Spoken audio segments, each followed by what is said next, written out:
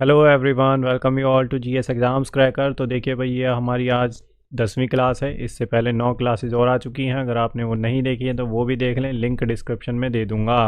तो इस सीरीज़ में हम देखिए जो एसएससी जीडी का एग्ज़ाम हुआ था 2024 का, उसमें जितने भी जीके जीएस के क्वेश्चंस पूछे गए थे उनका सॉल्यूशन करवा रहा हूँ मैं।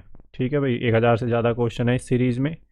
आप सभी क्लासेस को देख सकते हैं, आपको काफ़ी ज़्यादा बेनिफिट होगा। अभी जो आपका एसएससी जीडी का एग्ज़ाम है 4 फेब से लेके और 25 फैब तक। ठीक है भाई, तो आप इस सीरीज़ को एक बार देख लें 1.5 या 2x की स्पीड पर। और ये हमारा एक लास्ट रिवीजन है एग्ज़ाम से पहले का। टॉप 75 क्वेश्चंस रहेंगे इसमें। तो भाई आप ज़रूर देखें इस सीरीज़ को, क्योंकि PYQ से रिपीट काफ़ी ज़्यादा करता है एसएससी क्वेश्चन। ठीक है, और इसके अलावा देखिए मैं और जो इम्पोर्टेंट क्वेश्चंस हैं वो भी लेके आ जाऊँगा। तो ये हमारे आज जो 53 शिफ्ट में जितने भी क्वेश्चन पूछे गए थे जीके जीएस के, तो वो कंप्लीट हो जाएंगे। तो इस सीरीज़ को आप एक बार अच्छे से देख लें एग्ज़ाम से पहले। चैनल को सब्सक्राइब कर लें अगर नहीं किया है तो, क्योंकि आने वाली क्लासेस का जो नोटिफिकेशन है वो आपको मिल जाए। मेरी सारी क्लासेस यहीं पे मिलेंगी आपको। तो चलिए स्टार्ट करते हैं अपना पहला क्वेश्चन। तो भाई आज की क्लास में हम मोस्टली सारे क्वेश्चन कर लेंगे जो हमारे बचे हुए हैं। तो कल हमने 75 तक करे थे, तो आज उसके आगे करते हैं। तो देख लेते हैं आज का अपना पहला क्वेश्चन। तो देखिए, भारत डैश के साथ सबसे लंबी जो है भूमि सीमा साझा करता है। तो कौन सा देश है जिसके साथ भारत जो है सबसे लंबी जो है भूमि सीमा साझा करता है? तो वो है बांग्लादेश। 4096 पॉइंट कुछ जो है किलोमीटर की ये सीमा साझा करता है भारत जो है बांग्लादेश के साथ। नेक्स्ट क्वेश्चन देख लेते हैं अपना, क्वेश्चन नंबर सेकंड।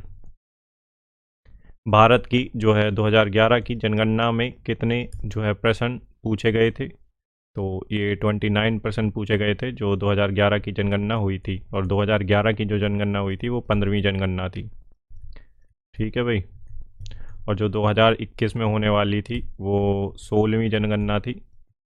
तो इसे पोस्टपोन्ड करके 2024-25 में कर दिया गया। देखिए, अभी जब तक ये नहीं आती तब तक आपके लिए ये इम्पोर्टेंट है 2011 वाली। जैसे ही वो आ जाएगी फिर ये इम्पोर्टेंट हो जाएगी। तो 29% पूछे गए थे भाई इसमें 2011 वाली में। नेक्स्ट क्वेश्चन देख लेते हैं अपना क्या है। क्वेश्चन नंबर थर्ड है ये। तो निम्नलिखित में से कौन सी जो है नृत्य शैली हिंदुस्तानी संगीत शैली हिंदुस्तानी म्यूजिक स्कूल से संबंधित है? तो ये कथक है जो भाई, कथक डांस जो है ये क्लासिकल डांस है, क्लासिकल डांस। और ये ओरिजिनेट हुआ था उत्तर प्रदेश में। ठीक है भाई, तो ये नृत्य शैली है जो हिंदुस्तानी संगीत शैली से संबंधित है। बाकी जो कथकली है ये केरला का डांस है, क्लासिकल डांस केरला का। सत्रिय जो है ये है आसाम का, और भरतनाट्यम जो है तमिलनाडु का। इतना आपको ध्यान रखना है भाई, ठीक है, तीनों के बारे में। टोटल 8 क्लासिकल डांस है जिनका जो है स्टेटस कौन देता है? संगीत नाटक अकादमी क्लासिकल डांस का स्टेटस देती है, और ये बनी थी 1953 में। वैसे 9 क्लासिकल डांस हो गए हैं, क्योंकि एक जो है सेमी क्लासिकल डांस को, सेमी क्लासिकल डांस है, इसका नाम है छऊ। छऊ छऊ को जो है कल्चरल मिनिस्ट्री ने जो है क्लासिकल डांस का स्टेटस दे दिया, लेकिन अभी संगीत नाटक अकादमी ने नहीं दिया है। तो इतना आपको ध्यान रखना। और छऊ कहाँ पे होता है? तो छऊ जो डांस है ये होता है भैया आपका वेस्ट बंगाल में, झारखंड में और उड़ीसा में, इसी एरिया में होता है ये छऊ डांस। नेक्स्ट जो हमारा क्वेश्चन है वो देख लेते हैं। क्वेश्चन नंबर फोर्थ है ये। तो आवर्त सारणी में किस जो है वर्ग में उत्कृष्ट गैसों के रूप में जाने जाने वाले तत्व शामिल हैं? तो ये वर्ग 18 में जो है 18 ग्रुप के जो एलिमेंट होते हैं पीरियोडिक टेबल में, आवर्त सारणी पीरियोडिक टेबल बोलते हैं जो है आवर्त सारणी केमिस्ट्री में। ठीक है भाई, तो 18 ग्रुप के जो एलिमेंट हैं वो सारी नोबल गैसें हैं भाई, उत्कृष्ट गैसें बोलते हैं उन्हें, नोबल गैस या उत्कृष्ट गैस। ठीक है, तो इसमें ये एलिमेंट शामिल हैं जो 18 ग्रुप के हैं उत्कृष्ट गैसों में। नेक्स्ट क्वेश्चन देख लेते हैं अपना क्या कह रहा है। Question number fifth. तो भारत के निम्नलिखित में से किस जो है राज्य द्वारा मुख्यमंत्री ग्रामीण गाड़ी योजना शुरू की गई थी? तो ये झारखंड के द्वारा स्टार्ट की गई थी भाई, मुख्यमंत्री ग्रामीण गाड़ी योजना। ठीक है, इतना आपको ध्यान रखना है। तो यहाँ पे हमारे 5 क्वेश्चन जो कल के में से बचे हुए थे 75 में से, तो आज कंप्लीट हो गए हैं, यहाँ पे हमने कंप्लीट कर दिए हैं। अब देखते हैं अपना नया क्वेश्चन क्या कह रहा है। तो ये है भाई अब क्वेश्चन नंबर 1 आज की। ठीक है, तो क्वेश्चन नंबर 1 क्या कह रहा है, देखो। डैश का संबंध बैडमिंटन से है, तो ये साइना नेहवाल का जो है संबंध ये किससे है, तो ये बैडमिंटन से है। ठीक है, मैरी कॉम किससे है, तो ये बॉक्सिंग से है, बॉक्सिंग। साक्षी मलिक का संबंध किससे है, कुश्ती से, रेसलिंग, रेसलिंग से है। इतना आपको ध्यान रखना है, पूछ सकते हैं आपसे एग्जाम में। तो क्वेश्चन नंबर 2 देख लेते हैं क्या कह रहा है, देखो। राष्ट्रीय सुरक्षा, सड़कें, सरकारी प्रशासन किस प्रकार की वस्तुओं के उदाहरण हैं। एक तो जो है राष्ट्रीय सुरक्षा, सड़कें जो हैं, और सरकारी जो प्रशासन है किस प्रकार की वस्तुओं के उदाहरण हैं, तो ये सार्वजनिक हैं, पब्लिक जो गुड्स होते हैं उनमें आती हैं, पब्लिक गुड्स में। ठीक है, सार्वजनिक वस्तुएं। नेक्स्ट क्वेश्चन है हमारा क्वेश्चन नंबर 3। भारतीय संविधान के अनुच्छेद 51A के अनुसार एक नागरिक के कितने मौलिक कर्तव्य हैं, तो ये आपको बताना है। तो 11 हैं जो मौलिक कर्तव्य हैं, फंडामेंटल ड्यूटीज जो हैं 11 फंडामेंटल ड्यूटी हैं। और ये ऐड कब करी गई थी, तो भाई 42nd कॉन्स्टिट्यूशन अमेंडमेंट एक्ट हुआ था 1976 में, तब ये ऐड करी गई थी। हमारे ओरिजिनल कॉन्स्टिट्यूशन में ये नहीं थी। और ये देखिए भाई किस कमेटी की जो रिकमेंडेशन थी, तो स्वर्ण सिंह जो कमेटी है उसकी रिकमेंडेशन पर ये ऐड करी गई थी। और किस देश से इंस्पायर्ड होके, तो यूएसएसआर से। इतना आपको ध्यान रखना है। और 11th वाली जो फंडामेंटल ड्यूटी है ये 86th जो है कॉन्स्टिट्यूशन अमेंडमेंट एक्ट हुआ था 2002 में, उसमें ऐड करी गई थी। बाकी 10 ऐड करी गई थी जो 42nd कॉन्स्टिट्यूशन अमेंडमेंट एक्ट जो 1976 में हुआ था। ठीक है, और ये किस पार्ट में आती हैं, तो ये आती हैं पार्ट 4A। ठीक है, फंडामेंटल ड्यूटीज या मौलिक जो हमारे कर्तव्य हैं। और आर्टिकल कौन सा है इससे रिलेटेड, तो 51A। इतना आपको ध्यान रखना है। नेक्स्ट क्वेश्चन देख लेते हैं क्वेश्चन नंबर 4। तो भारत के प्रधानमंत्री ने नवंबर 2023 में PMPVTG मिशन जो है प्रधानमंत्री पर्टिकुलर वुल्नरेबल जो है ट्राइबल, नहीं ये PVTG मिशन हाँ ट्राइबल से रिलेटेड है, तो पर्टिकुलर वुल्नरेबल ट्राइबल ग्रुप है ये। Particularly vulnerable tribal group mission launch किया।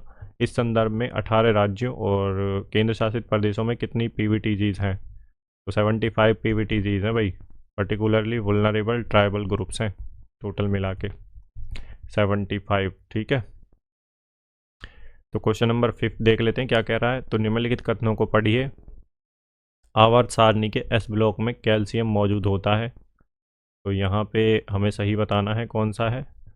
तो पहली वाली जो स्टेटमेंट है भाई ये सत्य है, आवर्त सारणी के जो एस ब्लॉक होता है उसमें ही कैल्शियम मौजूद होता है। दूसरी स्टेटमेंट क्या कह रही है, सभी ज्ञात तत्वों में से 78% से अधिक तत्व धातु हैं और ये आवर्त सारणी के बाईं ओर दिखाई देती हैं। ठीक है, ये स्टेटमेंट भी। डी ब्लॉक के तत्वों को आंतरिक संक्रमण इलेक्ट्रॉनों के रूप में भी जाने जाते हैं, ये स्टेटमेंट गलत है भाई। सी गलत है, सी गलत है, सी गलत है, तो ए और बी सही है। ये आप याद रखें, एग्जाम में पूछ सकते हैं रिपीटेड। ठीक है भाई, नेक्स्ट क्वेश्चन है क्वेश्चन नंबर 6। तो भारत UAE व्यापक आर्थिक साझेदारी समझौते CEPA पर 18 फरवरी 2022 को डैश और संयुक्त अरब अमीरात के अर्थव्यवस्था मंत्री द्वारा हस्ताक्षर किए गए, तो ये भाई कौन थे, तो वाणिज्य एवं उद्योग मंत्री, इनके द्वारा हस्ताक्षर किए गए। ठीक है भाई, तो नेक्स्ट क्वेश्चन देख लेते हैं क्वेश्चन नंबर 7। तो निम्नलिखित में से कौन सा त्यौहार संबलपुर जो है पश्चिम उड़ीसा में मनाया जाता है। इसमें नई फसल की पूजा की जाती है और लोग अपने परिवार के साथ फसल का पहला चावल खाते हैं, तो ये नुआऊ खाई है। ये फेस्टिवल जो है पश्चिम उड़ीसा में, उड़ीसा भी आ सकता है, आपसे उड़ीसा पूछ सकता है कि नुआखाई फेस्टिवल कहाँ मनाया जाता है। ठीक है भाई, इतना आपको ध्यान रखना है। और ये बोकाहा बिहू जो मनाया जाता है ये आसाम में होता है, बैसाखी कहाँ, पंजाब में। ठीक है, इतना भी आपको ध्यान रखना है। बाकी नेक्स्ट क्वेश्चन देख लेते हैं क्वेश्चन नंबर 8। तो निम्नलिखित में से किस लोक नृत्य का संबंध उत्तर प्रदेश राज्य से है? तो ये कजरी डांस होता है जो यूपी में होता है, उत्तर प्रदेश में। ठीक है, लोक नृत्य है ये। बाकी घूमर डांस जो होता है ये होता है राजस्थान में, राजस्थान। कच्चीपुड़ी होता है आंध्र प्रदेश में, एपी का मतलब है आंध्र प्रदेश। और लावनी डांस तो ये होता है शायद महाराष्ट्र में, महाराष्ट्र। एक बार इसको चेक कर लेना भाई, लावनी डांस कहाँ का है। मुझे जितना याद है शायद महाराष्ट्र ही है इसका आंसर, बट फिर भी आप देख लेना और इसको कमेंट सेक्शन में लिख देना। ठीक है भाई, तो इन्होंने क्या पूछा था उत्तर प्रदेश का, तो उत्तर प्रदेश का है कजरी। नेक्स्ट क्वेश्चन है हमारा क्वेश्चन नंबर 9। तो सर्वोच्च न्यायालय के पास उन मामलों में विशेष सलाहकार क्षेत्राधिकार हैं जिन्हें संविधान के अनुच्छेद डैश के जो है तहत भारत के राष्ट्रपति द्वारा विशेष रूप से संदर्भित किया जा सकता है। तो ये आर्टिकल 143 की बात कर रहा है। ठीक है भाई, तो आर्टिकल 143, सर्वोच्च न्यायालय के पास उन मामलों के विशेष सलाहकार क्षेत्राधिकार हैं जिन्हें संविधान के अनुच्छेद 143 के तहत भारत के राष्ट्रपति द्वारा विशेष रूप से संदर्भित किया जाता है। तो यहाँ पे सलाह ले सकते हैं राष्ट्रपति जी जो हैं सुप्रीम कोर्ट से। आर्टिकल 124 से लेके और 147 तक सुप्रीम कोर्ट के आर्टिकल हैं वही सारे, और पार्ट 5 में है ये, पार्ट 5। ठीक है, नेक्स्ट क्वेश्चन है हमारा क्वेश्चन नंबर 10। देखिए मैं अब ये आज सीरीज़ कंप्लीट हो जाएगी भाई आपकी, ये जो है जीडी वाली, एसएससी जीडी की। तो अब मैं सोच रहा हूँ कि आरपीएफ का आपका एग्ज़ाम आ गया है कांस्टेबल वाला। ठीक है, 3 मार्च को उसकी डेट आ गई है। तो अब जो एसआई का एग्ज़ाम हुआ था आपका 2024 में अभी, तो मैं वो जो जितने भी शिफ्ट में एग्ज़ाम हुआ था उसके जीके जीएस के सारे क्वेश्चन करा दूँ, ताकि आपको पैटर्न पता चल जाए कि आरपीएफ जो है कैसे क्वेश्चंस पूछ रहा है जीके जीएस का। तो ठीक रहेगा भाई, आप एक बार बता दें, यस नो का जवाब देके जितने ज़्यादा वोट्स होंगे मैं उसी हिसाब से फिर सीरीज़ स्टार्ट करूँगा। नहीं तो अगर आपकी कोई वो है कि सर ये वाली सीरीज़ स्टार्ट कर दीजिए जिससे मैक्सिमम से मैक्सिमम बच्चों का जो है फ़ायदा हो सके, तो मैं वही सीरीज़ स्टार्ट करूँगा। ठीक है भाई, क्योंकि एक दो को देखने से तो कुछ नहीं होगा, जब तक लार्ज पब्लिक इंटरेस्ट में लेना पड़ेगा ना फैसला, तो जब तक मैक्सिमम लोगों को फ़ायदा हो। तो आरपीएफ का एग्ज़ाम की डेट आ गई है। अगर आप कहेंगे तो मैं एसआई का जो पेपर हुआ है उसका सॉल्यूशन डाल दूंगा, जीके जीएस का सारे क्वेश्चन कर लेंगे हम, एक भी नहीं छोड़ेंगे। और अगर आप चाहते हैं कि सर कोई दूसरा स्टार्ट करें तो आप कमेंट सेक्शन में बता दें मुझे, तो जितने भी ज़्यादा वोट्स होंगे मैं उसी हिसाब से फिर अपने डिसीजन को कर लेंगे। बट मुझे तो अभी यही सही लग रहा है कि आरपीएफ का कांस्टेबल वाला के लिए मैं जो है आरपीएफ का एसआई का जो एग्ज़ाम हुआ था, क्योंकि इसका जो पिछला वाला एग्ज़ाम हुआ ना वो काफ़ी पुराना है भाई, अब पता नहीं पैटर्न मैच करेगा नहीं करेगा, लेकिन आरपीएफ जो एसआई का जो एग्ज़ाम हुआ है उससे हम आइडिया लगा सकते हैं कि हाँ ऐसे क्वेश्चन पूछ रहा है थीम बेस्ड। ठीक है, तो जो बच्चे इंटरेस्टेड हैं वो एक बार बता दें मुझे क्या करना है, सोच विचार किया जाएगा फिर इस पर। तो क्वेश्चन नंबर 10 देख लेते हैं, साक्षरता दर। और अगर आपने चैनल को सब्सक्राइब नहीं किया तो सब्सक्राइब कर लें भाई, आने वाली क्लासेस के लिए ये आपके लिए बहुत ज़रूरी है। ठीक है, तो क्वेश्चन नंबर 10 हम एक भी क्वेश्चन नहीं छोड़ रहे हैं, सारे करेंगे जीएस के 2024 वाले। तो आप खुद ही देख लिए कितना क्वेश्चन कर लिए हमने 2000 ये एसएससी जीडी वाले। तो नेक्स्ट क्वेश्चन है हमारा क्वेश्चन नंबर 10, साक्षरता दर जो है किसी दिए गए आयु वर्ग की जनसंख्या के उस प्रतिशत से परिभाषित होती है जो डैश सकती है, पढ़ और लिख सकते हैं। ठीक है भाई, साक्षरता दर। नेक्स्ट क्वेश्चन है हमारा क्वेश्चन नंबर 11, महालवारी बंदोबस्त की जो व्यवस्था डैश द्वारा तैयार की गई थी, तो हॉल्ट मैकेंजी द्वारा तैयार की गई थी भाई महालवारी जो था। ठीक है,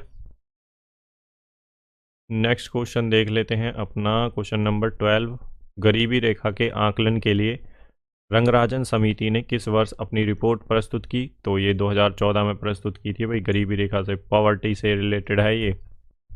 आपसे आ सकता है कि गरीबी रेखा से रिलेटेड जो है रंगराजन समिति का जो है एसोसिएशन किससे है, किसके क्यों बनाई गई थी? तो ये गरीबी रेखा के आकलन के लिए बनाई गई थी और इसने अपनी रिपोर्ट जो है प्रस्तुत करी थी 2014 में। नेक्स्ट क्वेश्चन है हमारा क्वेश्चन नंबर 13, निम्नलिखित में से किस लोक नृत्य का जो है संबंध गोवा से है? तो ये है भाई देखनी, ये लोक नृत्य है देखनी और इसका संबंध है गोवा से। ठीक है भाई, option 3 is the right answer.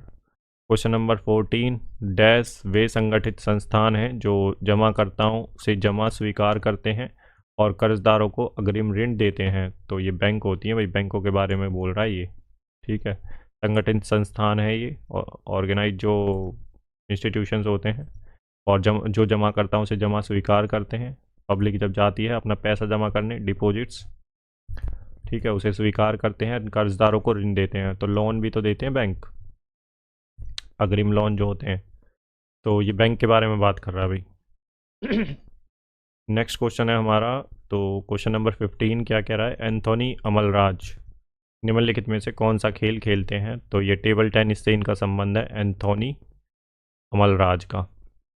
लिख लें आप किसी पेज पे सारी पर्सनैलिटीज़ को, ठीक है, एक ही पेज पे लिख लें भाई, ऐसे बहुत सारे पेजेस या फिर बार बार अलग अलग जगह पे लिखना ठीक नहीं है। एक पेज लें और जो भी PYQ में आया है अब तक, जो पर्सनैलिटी है और उससे रिलेटेड गेम्स, वो लिख लें, ताकि आपको एग्ज़ाम से पहले आराम से रिवाइज हो जाए। 2-3 दिन बच रहे हैं अब आपके एग्ज़ाम के। क्वेश्चन नंबर 16 देख लेते हैं क्या कह रहा है, आप किस खेल में स्मैश शॉट लगाएंगे। तो स्मैश किस में लगता है भाई, बैडमिंटन में। ठीक है, नेक्स्ट क्वेश्चन देख लेते हैं, क्वेश्चन नंबर 17, हर्षवर्धन द्वारा जो है कितने संस्कृत नाटक लिखे गए थे। तो 3 लिखे गए थे, जो है वो आप मुझे कमेंट सेक्शन में बताएंगे। रत्नावली और नागनंदा और प्रियदर्शिका। ठीक है, ये लिखे गए थे हर्षवर्धन के द्वारा। रत्नावली लिखी गई थी और नागनंदा लिखा गया था और प्रियदर्शिका।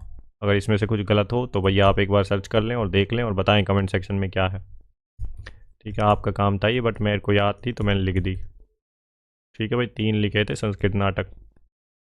नेक्स्ट क्वेश्चन है क्वेश्चन नंबर 18, डैश कलाविद पंडित शिव कुमार शर्मा ने हिंदुस्तानी संगीत में वाद्य यंत्र की भूमिका में क्रांति ला दी है। तो ये है संतूर वादक पंडित शिव कुमार शर्मा।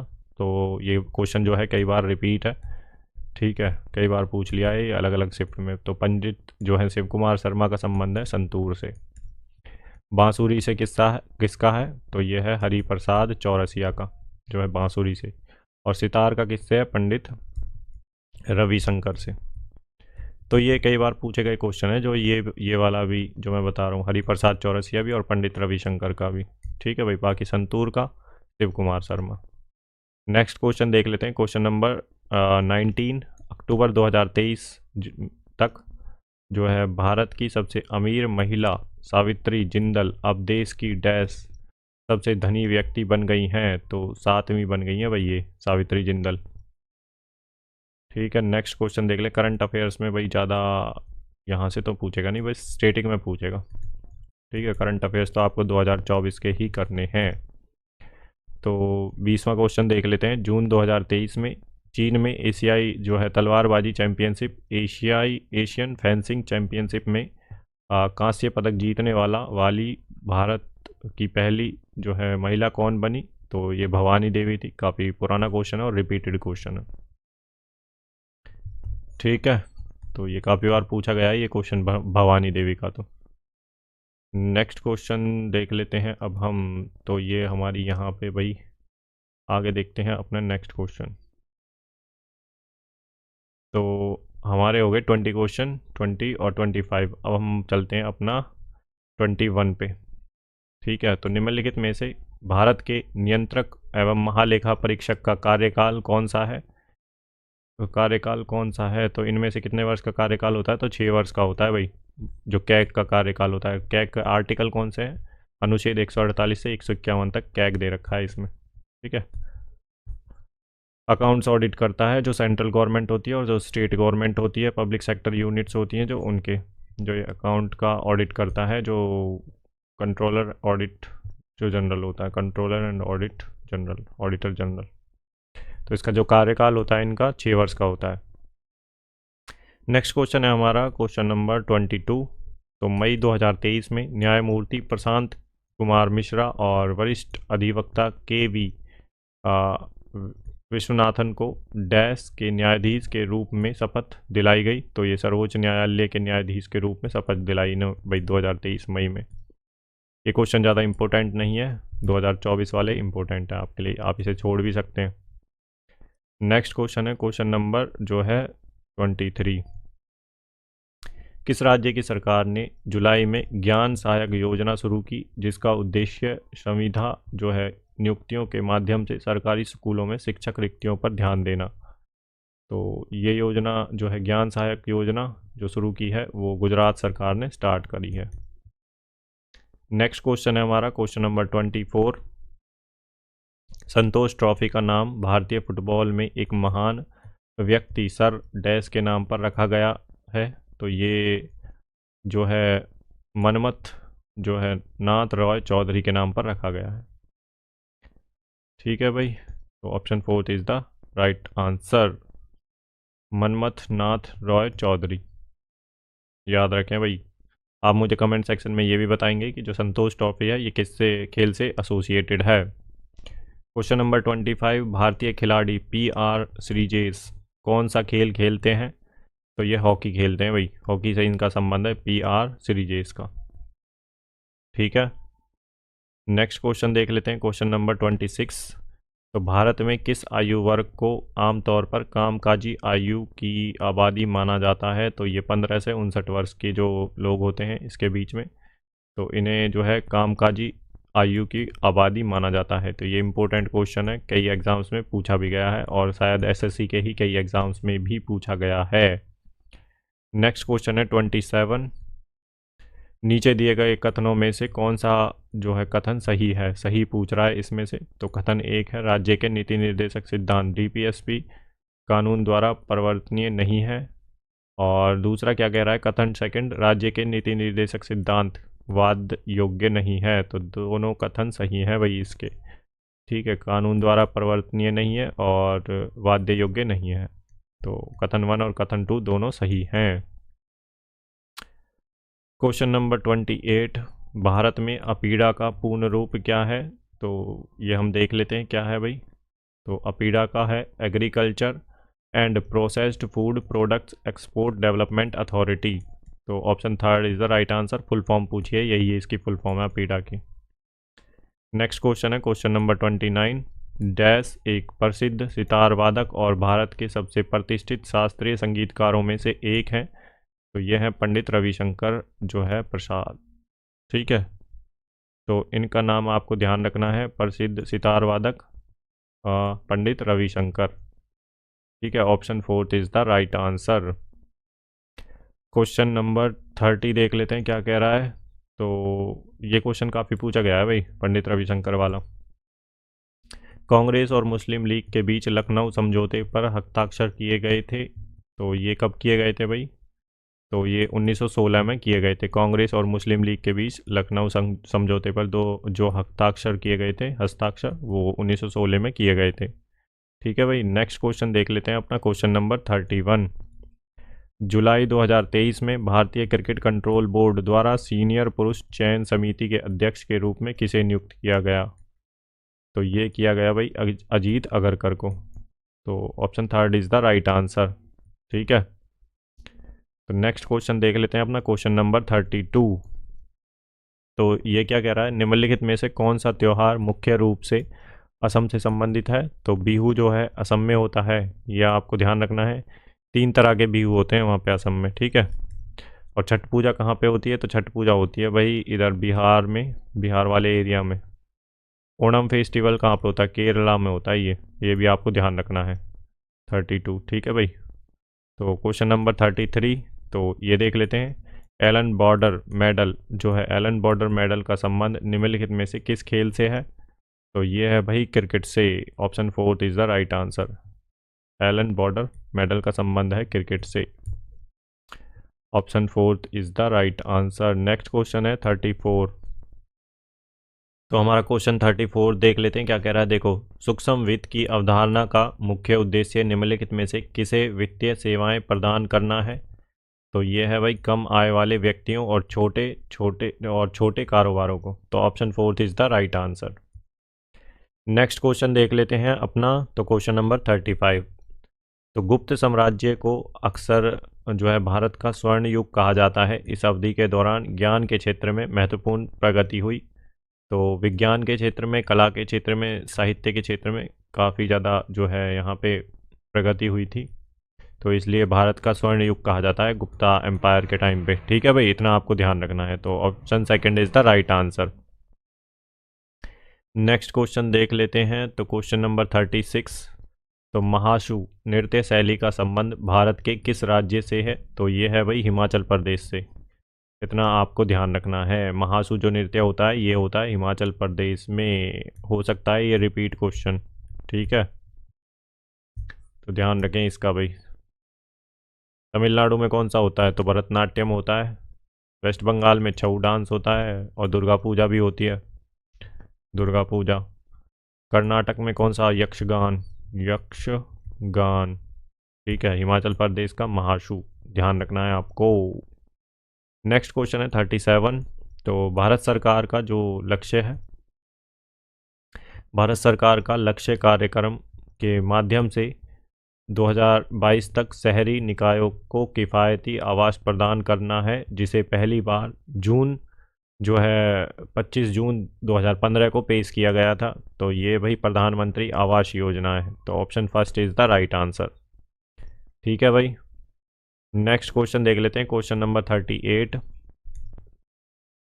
तो निम्नलिखित में से किस शख्सियत का संबंध जो है 1950 की सर्वोदय योजना से है? तो ये है भैया आपके जयप्रकाश नारायण जी। तो 1950 की जो सर्वोदय योजना थी उसका जो है कौन सी शख्सियत के नाम पे है? तो वो है भाई इनका जयप्रकाश नारायण, सर्वोदय योजना।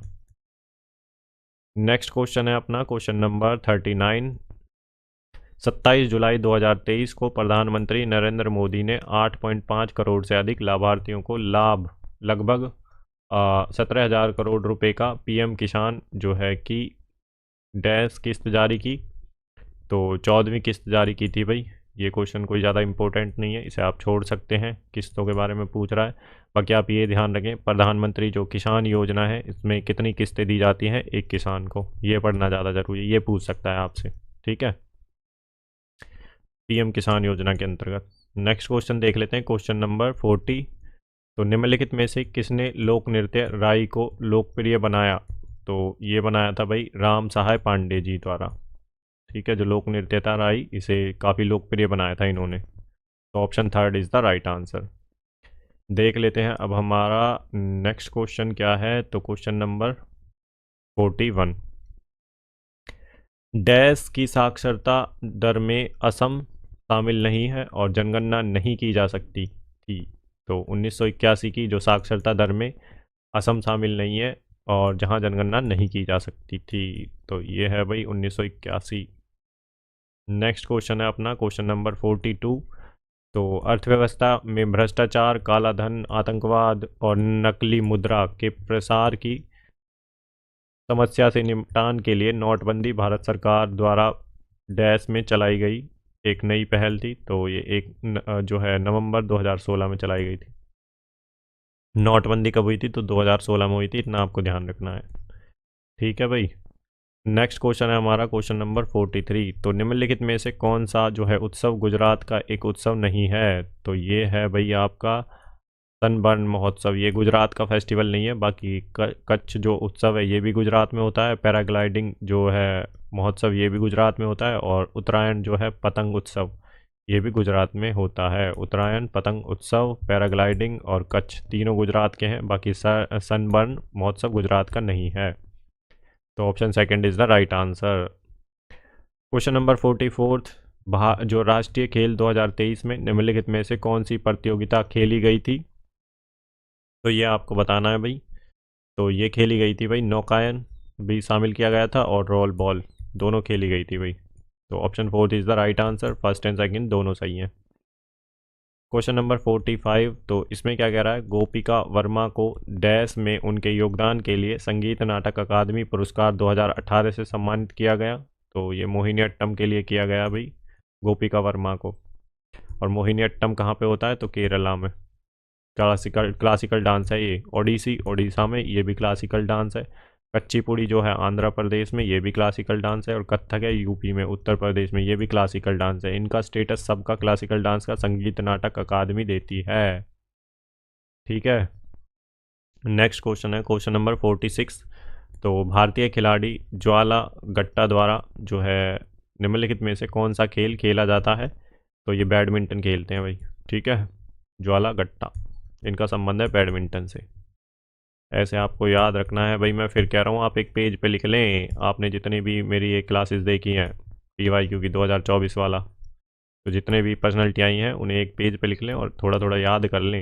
एग्ज़ाम से पहले रिपीट हो सकता है। बाकी 2024 का करंट में 2024 आपको याद रखना है। पर्सनैलिटी जिनको 2024 में इनाम मिला है, कोई अवार्ड मिला है। तो 47वां क्वेश्चन है, मेजर ध्यानचंद डैश खेल में एक जाना माना नाम है। तो हॉकी के खेल में एक जाना माना नाम है भाई, मेजर ध्यानचंद।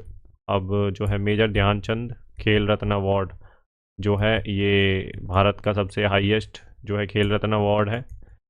तो इसका भी ध्यान रखना है आपको। तो इनका संबंध है हॉकी से। दोनों चीज़ें याद रखनी है आपको। तो 48 क्वेश्चन देख लेते हैं। सितंबर 2023 में विजयवाड़ा रेलवे स्टेशन को इंडियन ग्रीन बिल्डिंग काउंसिलिंग द्वारा उच्चतम प्लेटिनम रेटिंग के साथ डैश प्रमाण पत्र से सम्मानित किया गया। तो ये भाई हरित रेलवे स्टेशन प्रमाण पत्र से सम्मानित किया गया था इन्हें। ठीक है भाई। नेक्स्ट क्वेश्चन देख लेते हैं क्वेश्चन नंबर 49। तो इसमें क्या था, निम्नलिखित में से किस राज्य की सरकार ने राज्य भर में यात्रियों और वस्तुओं के लिए एक सकल किफ़ायती और सुरक्षित परिवहन नेटवर्क स्थापित करने के उद्देश्य से लोकेशन जो है एक्सेसिबिलिटी मल्टी मॉडल जो है इनिशिएटिव स्कीम को मंजूरी दी? तो ये उड़ीसा सरकार ने दी थी भाई। ठीक है। नेक्स्ट क्वेश्चन है हमारा 50। तो भारत में हरित क्रांति ग्रीन रिवॉल्यूशन जो हुआ था मुख्य रूप से डैश के उत्पादन के सुधार पर केंद्रित थी। तो ये गेहूं और धान के जो है उत्पादन के सुधार पर केंद्रित थी। ठीक है भाई। तो इतना आपको ध्यान रखना। और ग्रीन रिवॉल्यूशन 1966-67 में स्टार्ट हुआ था, कहीं कहीं पे 65 भी दे रखा है। और आपसे एक क्वेश्चन, ये क्वेश्चन काफ़ी ज़्यादा रिपीट है, किसी और शिफ्ट में भी पूछा गया है और ये MTS में भी पूछा गया है। बाकी थोड़ा सा लैंग्वेज चेंज होती है, ऐसे डिक्टो तो नहीं पूछते, कई कई बार पूछ भी लेते हैं बट ऐसे सेम टू सेम नहीं पूछते हैं। तो गेहूँ और धान की जो है हमारी प्रोडक्शन इंक्रीज़ करनी थी और 1966-67 में आया था। ठीक है। और किस एरिया में इंट्रोड्यूस किया गया था? तो हरियाणा, पंजाब और वेस्टर्न यूपी में। इतना आपको ध्यान रखना है। और यहाँ पे गेहूँ और धान की जो है प्रोडक्शन को इंक्रीज़ करना, हाई यील्डिंग वैरायटी सीड का जो है यहाँ पे उपयोग इंक्रीज़ किया गया था। और थर्ड पंचवर्षीय योजना जो आई थी, आपसे पूछ लेगा किस पंचवर्षीय योजना में जो है इंट्रोड्यूस किया गया था? तो ग्रीन रिवॉल्यूशन थर्ड पंचवर्षीय योजना में। इतना भी आपको ध्यान रखना। थर्ड पंचवर्षीय योजना 1961 से 1966 तक थी। ठीक है डियर लर्नर्स। नेक्स्ट क्वेश्चन है हमारा क्वेश्चन नंबर 51। तो भारतीय संविधान का निम्नलिखित में से कौन सा अनुच्छेद भारत के चुनाव आयोग से संबंधित है? तो 324 जो है चुनाव आयोग से संबंधित है। ठीक है भाई, इतना भी ध्यान रखना है आपको। नेक्स्ट क्वेश्चन है हमारा क्वेश्चन नंबर जो है 52। अब भारत में ये हमारी रिवीजन सीरीज है भाई, फटाफट हमें खुद भी लगाने हैं क्वेश्चन, क्योंकि अगर क्वेश्चन रिपीट हो गया ना तो आपका सही चला जाएगा 1 मिनट में। कई बार हमें कन्फ्यूजन रहता है वहाँ पे एग्जाम में जाके। तो भारत में हरित क्रांति के बारे में निम्नलिखित कथनों को पढ़िए। तो पहला ऑप्शन देख लेते हैं क्या है, सही पूछ रहा है। यहाँ से पढ़ने के बाद इस स्टेटमेंट पे जरूर आना, आपको लास्ट वाली पे यहीं पे लिखा होता है सही बताइए गलत लिखा बताइए। ठीक है। तो पहली स्टेटमेंट, अगर कोई स्टेटमेंट में दे रखा है तो पहली ये वाली पढ़ी लाइन, फिर इसके बाद लास्ट में तब स्टेटमेंट पढ़नी है। तो भारत में जो है सही पूछा है इसमें। तो भारत में हरित क्रांति उस अवधि को संदर्भित करती है जब भारतीय कृषि आधुनिक तरीकों और प्रौद्योगिकी जैसे हाई यील्डिंग वैरायटी बीजों, ट्रैक्टरों, सिंचाई सुविधाओं, कीटनाशकों और उर्वरकों के उपयोग के कारण एक औद्योगिक प्रणाली में परिवर्तित हो गई थी। तो ये स्टेटमेंट सही है भाई। तो दूसरी स्टेटमेंट देख लेते हैं। इसे अमेरिका और भारत सरकार तथा फोर्ड ऑफ रॉकफेलर फाउंडेशन द्वारा वित्त पोषित किया गया था। तो दोनों स्टेटमेंट सही है भाई। ठीक है भाई, ए और बी दोनों सही हैं। Option first is the right answer. Next question देख लेते हैं अपना क्वेश्चन नंबर 53। तो निम्नलिखित में से कौन वह सबसे पहली भारतीय गायक गायिका हैं जिन्होंने लंदन के रॉयल अल्बर्ट हॉल में प्रस्तुति दी? तो ये हैं लता मंगेशकर जी। तो option second is the right answer. तो ये स्टेटमेंट याद रखें आप, क्योंकि ये पूछ सकता है आपसे, रिपीट हो सकता है ये क्वेश्चन। नेक्स्ट क्वेश्चन है हमारा क्वेश्चन नंबर 54। तो प्रसिद्ध कृति अर्थशास्त्र का श्रेय निम्नलिखित में से किस प्राचीन भारतीय विज्ञान और रणनीतिकार को जाता है? तो ये जाता है भाई चाणक्य को। तो option second is the right answer. तो क्वेश्चन नंबर देख लेते हैं 55। तो निम्नलिखित में से किसका जो है संबंध संगीत वाद्य यंत्र सारंगी से है, सारंगी से नहीं है? तो ये है भाई निखिल बैनर्जी का संबंध जो है सारंगी से नहीं है। बाकी रमेश मिश्रा जी, उस्ताद बिंद खान और शकूर खान, तीनों का संबंध है सारंगी से, इसका संबंध नहीं है निखिल बनर्जी का। ठीक है भाई। पाणिनि ने कौन सी लिखी थी? देखो यहाँ पे पाणिनि ने अष्टाध्याय लिखी थी, अष्टाध्याय, ध्यान रखनी है, ये बुक पूछी गई है। ठीक है। और कालिदास की थी मेघदूत, मेघदूत। ठीक है। नागनंदा तो उसकी थी शायद, चलो मेघदूत थी, हाँ मेघदूत ही है जो है कालिदास की। ठीक है। नेक्स्ट क्वेश्चन देख लेते हैं। क्वेश्चन नंबर हमारा है 56। तो आधुनिक आवर्त सारणी में 18 ऊर्ध्वाधर स्तंभ हैं जिन्हें जिन्हें समूह कहा जाता है, और डैश 36 पंक्तियां होती हैं जिन्हें आवर्त कहा जाता है। तो 7 जो है 36 पंक्तियां होती हैं इसमें। ठीक है भाई। और उधर स्तंभ हैं जिन्हें समूह कहा जाता है, समूह होते हैं 18, और 36 पंक्तियां जो होती हैं ये होती हैं 7। नेक्स्ट क्वेश्चन है हमारा क्वेश्चन नंबर 57। ठीक है। पीरियोडिक टेबल की बात कर रहा था वो ऊपर भाई, ग्रुप कितने होते हैं और पीरियड्स कितने होते हैं, बस उसका ध्यान रखें आप। ठीक है।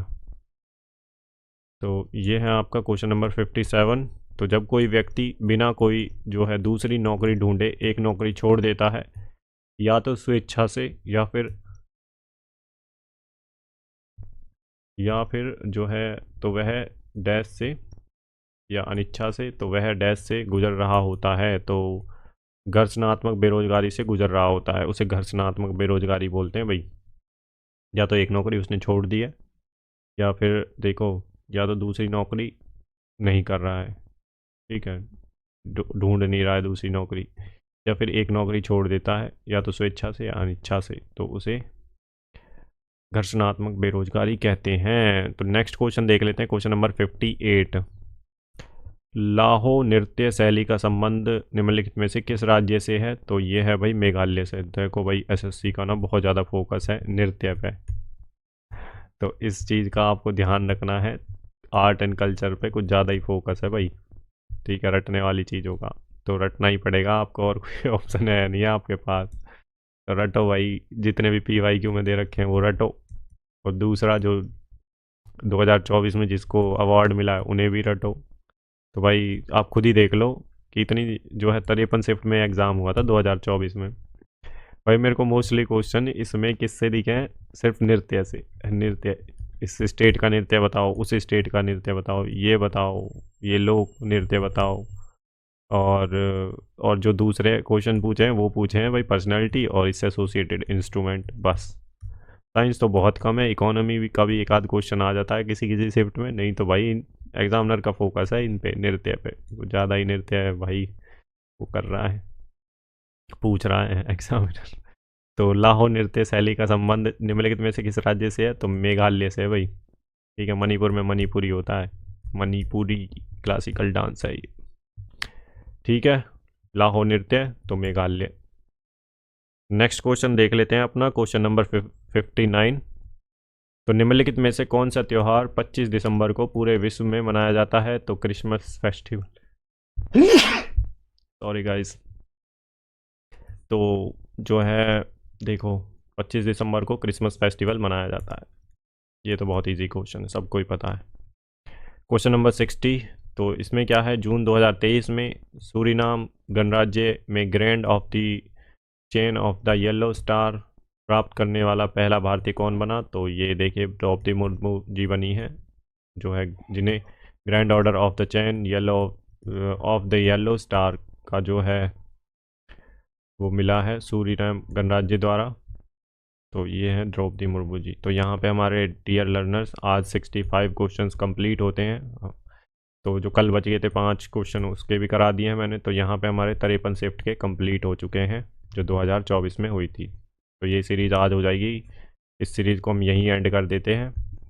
बाकी इसके अलावा देखिए, अब आप मुझे बताइए कौन सी सीरीज़ स्टार्ट करनी है। मेरा मन है, देखो आरपीएफ के बच्चे हैं, अब 3 मार्च को उनका एग्ज़ाम है अभी 2025 में ही, ठीक है, डेट आ गई है उनकी। तो अब मैं ये सोच रहा हूँ कि आरपीएफ जो है कांस्टेबल वाला जो एग्ज़ाम है उसके लिए जो आरपीएफ एसआई का जो एग्ज़ाम हुआ था 2024 का उसे स्टार्ट कर देते हैं, ठीक है। जीके जीएस के जितने भी शिफ्ट में हुआ था उसको सबको निपटा देते हैं। तो और अगर आपको कुछ और कोई और एग्ज़ाम आ रहा है, देखिए यहाँ पे मैं देखूँगा लार्ज पब्लिक इंटरेस्ट, जिससे बहुत सारे लोगों को फ़ायदा हो, तो वही चीज़ हम स्टार्ट करेंगे। ऐसा नहीं है कि सिर्फ 1-2 बच्चों के लिए स्टार्ट कर देंगे। तो आप अपने जो है रिव्यूज़ वो कमेंट सेक्शन में ज़रूर दें, बताएं कि सर ये वाली सीरीज़ सही रहेगी, जिससे बहुत सारे लोगों को फ़ायदा हो जाएगा, पीवाईक्यू का उनका अच्छे से रिवीजन हो जाएगा। तो ये आप ज़रूर बताएं कमेंट सेक्शन में। बाकी हम और इंग्लिश का जो वर्जन है, देखो भाई इंग्लिश वाला वर्जन जो है मैं लेके आ रहा हूँ। इंग्लिश वाले में एक क्लास तो मैंने डाल दी है इसी का, ठीक है। तो और भी क्लासेस आ जाएंगी जो बची हुई हैं। बाकी इंग्लिश चलो मैं डाल ही देता हूँ, इंग्लिश का भी कोई नहीं। बट आप मुझे ये बताइए कि अब जो है किसकी सीरीज़ स्टार्ट करनी है। आप कमेंट बॉक्स आपके लिए खाली है, आप बता सकते हैं। बाकी ये सीरीज़ कैसी लगी आप ज़रूर से अपने रिव्यूज़ दें, और जो क्लासेस नहीं देखी हैं वो भी देखें। 8 क्लासेस 10 क्लासेस हो जाएंगी आज इसकी, ठीक है भाई। 10 क्लासेस में हमने 53 शिफ्ट निपटा दी हैं पूरी कंप्लीट, एक भी क्वेश्चन नहीं छोड़ा है। No one question left, no one. ठीक है डियर लर्नर्स, तो चैनल को सब्सक्राइब कर लें। आने वाली क्लासेस के लिए हिंदी इंग्लिश दोनों में कंटेंट रहेगा, दोनों को देखूंगा भाई मैं, ऐसे नहीं है सिर्फ हिंदी वालों को या इंग्लिश वालों को, दोनों को साथ लेके चलेंगे हम, ठीक है, पीवाईक्यू, ताकि आपको बिल्कुल भी दिक्कत ना हो। चैनल को सब्सक्राइब कर लें और अपने दोस्तों के साथ शेयर करें, लाइक करना बिल्कुल ना भूलें, ठीक है। और अपना रिव्यू ज़रूर दें, और जो मैंने कहा है उसको आप ज़रूर बताएं कल तक, नहीं तो मैं इम्प्लीमेंट कर दूंगा कि मुझे क्या स्टार्ट करना है। ठीक है भाई, तो चलिए यहीं पे हम अपनी क्लास को समाप्त करते हैं। तब तक के लिए आप देखिए, अपना ध्यान रखिए भाई, नेक्स्ट क्लास जब तक के लिए आती है। चलिए भाई, गुड बाय, जय हिंद।